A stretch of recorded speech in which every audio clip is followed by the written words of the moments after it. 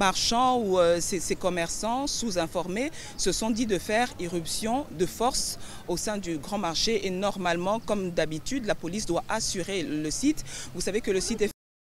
que déjà depuis quelques jours, il y a eu l'intoxication au sein de la population, comme quoi le grand marché qui est fermé pour cause de confinement est en train d'être détruit, leurs marchandises en train de partir s'envoler en fumée, alors qu'en réalité ce n'est pas le cas. Hier d'ailleurs, je ne peux pas vous confirmer à ce stade qu'il y a eu réellement mort, parce que c'est vrai, les dérapages, ça ne manque pas, même sous d'autres cieux, mais les services de sécurité pourront nous donner une information précise et officielle d'ici la fin de la journée.